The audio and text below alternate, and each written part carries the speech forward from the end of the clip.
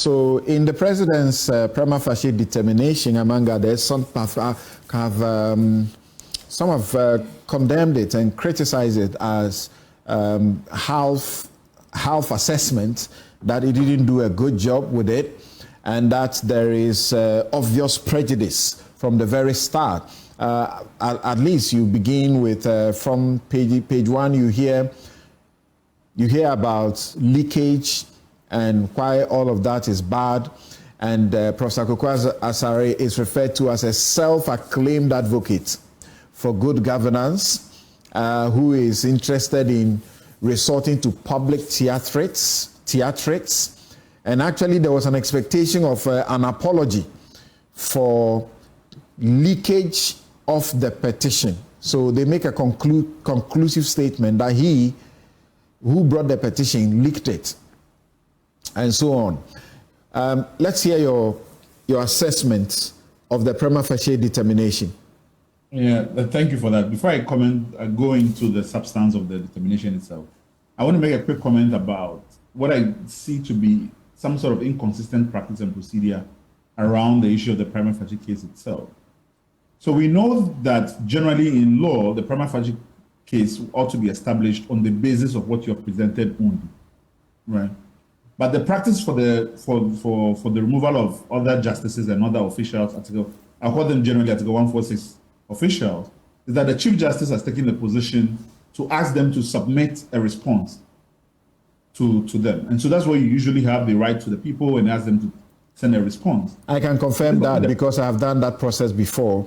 And when my client, we submitted our petition for the removal of Charlotte for Loretta Lamptey. Loretta Lamptey. Yeah. Now there are two. The Loretta Lamptey was asked to present her response. In Kisie Jaben's matter, he was asked to present a response. Yeah. In Charlotte and the others, they were asked to present responses. Yeah. And let's make two distinctions. So there's the Article 146.4 process, right, which applies to everybody else under the article, and the 146.6, which applies to the Chief Justice. Now, the Supreme Court told us that under 146.4, there's a prima facie requirement that is written into the Constitution, and that we should apply same to 146.6. But when it comes to how we have operationalized the removal of the Chief Justice, the presidency at no point called on the Chief Justice to present a response to the petition that has been filed. So there's some inconsistency in practice and procedure within that article itself that ought to be looked at.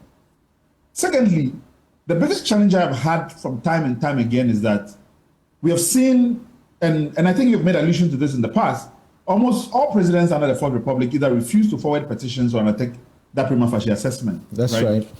And it is these situations that have created, perhaps in certain petitioners, a desire to elicit the public support and putting pressure on the office to do what is constitutionally required.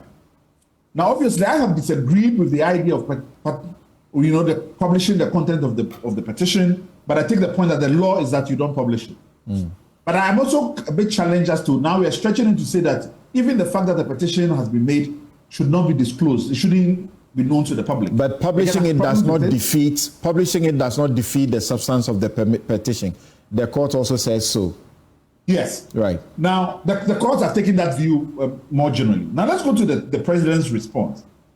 First of all, and you've pointed out in the beginning, I am dismayed by the absence of a maturity of tone in the way in which the exercise is supposed to be conducted. It was completely improper for the presidency to dissolve into a process where they are calling the petitioner names. I think that is uncalled for.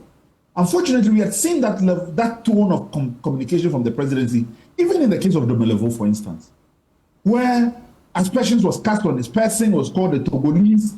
It was just a combative nature in the way in which the communications were made. I think that the prima facie determination is a sober process that requires that neither the president or the Council of State descend into the arena of conflict by some of the things that were said. So the aspersions cast on the petitioner are unfortunate. There was absolutely no basis to call him so-called advocate at some point purporting to represent good governance. It's the language they used. Or even the accusation that he leaked the petition. I feel, at the very least, if you feel constrained by that, that you write to the petitioner and say that we have seen this in the public domain, if you are so certain that this leak did not come from the presidency, and to offer the petitioner a chance to comment, to write that the petitioner should have sent you an apology, and that the failure to send the president an apology, honestly, I really did not think that was something that history would look back on, that kind of language should have found its way into it. But there are a number of analysis that was done here that I don't think necessarily is consistent with law. One, on the question, for instance, that the petition, one of the aspects of the petition was that the Chief Justice placed the hearing of cases involving some parties before the same High Court in the dispute, I think, Daniel Oforian and Ekobam. The conclusion, it seems, was that it is within the president's, the Chief Justice's administrative remit to do so, and for which reason it cannot be questioned. But we know clearly that in the J-Chum, for the decision, the Supreme Court decision in J-Chum, that this issue came up. That in that case, the allegation had been that the then Chief Justice had instructed 3 Circuit Court justices, Opon, Ankama, and Chairman, to rule a certain way. And it was argued to the court that the Chief Justice was performing an administrative function and could not be questioned. And Justice Dateban said absolutely not. That the fact that this was the case cannot be an issue. But also importantly, the presidency says the judges that Professor Asari was referring to had, or the victims in that case, have a remedy in law. And so they could have appealed or done other things. In a J-Chum, the court was clear that the fact that an alleged victim of an administrative act of the Chief Justice would have a remedy does not mean that, or it's not a substitute for a procedure for making the Chief Justice accountable for the performance of their duty as Chief Justice. So it cannot be a basis to say that Professor Asari was not himself involved in it, and those who were affected by it could themselves have found other remedies. The law is clear on that. Now, reading the response, one of the things that I struggled with is what is the exact legal standard that was being applied to judge the petition. So in one breath, the presidency says the prima facie determination requires that the president takes all the allegations as true and proceed from there. It would seem that if you're taking it as true, the conclusion would be, if it is true, would it still lead to proof of incompetence or stated misbehavior? But that's not what they do. They abandon that truth point and in fact go on and attack the petition as being a collection of conjectures, and that the statement that he has produced were factually untrue. Then it means that you're going beyond the standard and you're doing the work which is reserved from the committee to evaluate evidence. So that's one of the things that I find. You are suggesting that the prima facie determination did the job that the actual committee that would have done the inquiry did. Is that what you are suggesting? Yes. So the inquiry goes into the weighting of evidence. It is not the presidency's role to do that. If you are taking something as true, the conclusion would be, if taken as true, would these facts as true lead to a conclusion that the Chief Justice has been incompetent or has misbehaved? I do not know how.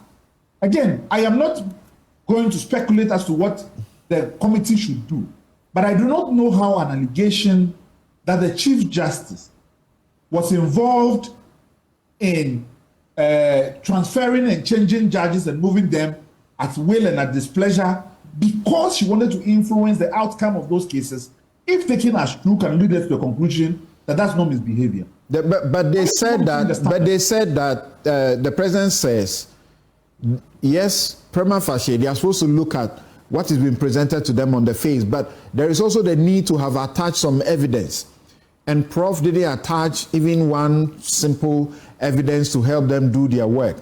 So the president then took time where Professor Asari spoke about matters that he didn't have evidence to show. The president then took time to explain to Professor Asari. For example, in the question of the nomination of the judges, extra judges for the processes of bringing them to the Supreme Court, the president took Professor Asari through the process, how these had gone on in a transparent manner and so on. But Prof came without any evidence. But the president had the evidence that this is the process that went on, and the Chief Justice did nothing wrong. So I would make a brief comment on that particular issue, and I'll come to the larger question of evidence, okay? So on this particular issue, this is one of the reasons why, if the presidency had proceeded with the benefit of a response from the Chief Justice, they would be better placed to take that response for what the Chief Justice says. Here you are descending into the arena of conflict by providing explanation on behalf of the individual. And that explanation, I'm not even entirely convinced, satisfies the issues that have been raised. One, the letter the Chief Justice wrote to the presidency said to the president that these are the individuals I am presenting to you to nominate to the Supreme Court. The presidency said, I only asked the Chief Justice for a brief of some discussion that had happened. There was no summary of a report. There was nothing in that letter that shows that it was a feedback on some process that had happened.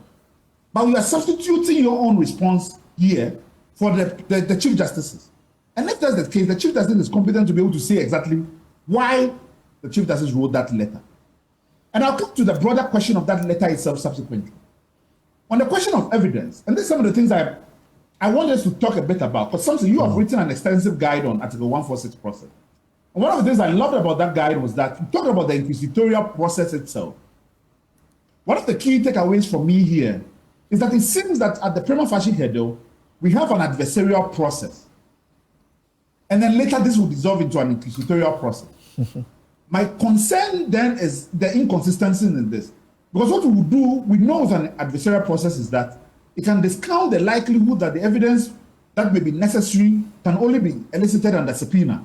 And in fact, when you read the petition, the petitioner says that there are certain justices who will be subpoenaed. Two, that the person whose character is being impugned may hold evidence which is crucial to the assessment of their misconduct. You cannot produce that at the petition stage. And if you are being required to do so now, then no petition will progress to the later stages. And if you haven't been involved in the process, you know then that in that process, there's the petition for witness statement, there's cross-examination. That's when evidence is examined. So if you are bringing that, you are front-loading that process now, you are creating an impossible task where critical issues will not be addressed. So even buttress this point, if you remember the decision in the J2, and perhaps I want to quote here, what's the reasons why the Supreme Court felt fortified in saying that there must be a prima facie determination is because it agreed with the second defendant who made this point, and I'll quote, it said, it would be the height of naivety to assume that the president in popular parlance just got up and set up a committee without satisfying himself that there's a prima facie case against the Chief Justice. The president is a lawyer of over 30 years standing at the bar. He knows and understands the essence of a prima facie case. And to satisfy himself, the president has competent and well-established national investigative institutions capable of assisting him to satisfy himself, to satisfy the Council of State, and that the allegations establish a prima facie case. The president has the BN9, the police, the Serious Fraud Office, the National Security, Military Intelligence, and the Attorney General's Office to help him establish a prima facie case before deciding to establish the Committee of Inquiry. It seemed to me the suggestion here is that the Supreme Court was also extending that need for an inquisitorial process to this level. And so, therefore, if the president has received information that the Chief Justice has done X, Y, Z, if you had received a response from the Chief Justice as to the reasons, if you felt inclined to go even into reasons, you would then have been satisfied or otherwise. But I'm worried that we'll create an impossible standard at the barrier here, which it will become convenient for presidents to not do assessment that is required or do more than is required, right. For which reason we discount I'm sorry, but for lack of time, I need to come to the studio here.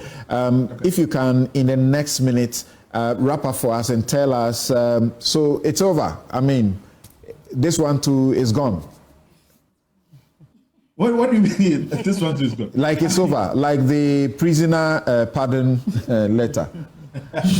Well, I mean, I to be honest, one petition doesn't. I should have said it is finished. The accountability standards to which we hold the Chief Justice going forward. I mean, that has to be clear. But I am more concerned about due process, whether it has been. I don't think it has. But I want to make one last comment on this, even this issue of this letter issue, which I reserved for the last. when the president has determined that prima facie case has not been made, it is not conclusive of how we, the general public morally assess the Chief Justice's conduct and its impact on the esteem of the judiciary. For instance, I do not think it should be considered proper that the Chief Justice will place himself in a perilous position of writing directly to the president to ask for certain judicial colleagues to be appointed to the Supreme Court. I consider this to be gravely improper and lacking good judgment. In fact, one of the things it does is that it undermines the central authority of the Judicial Council.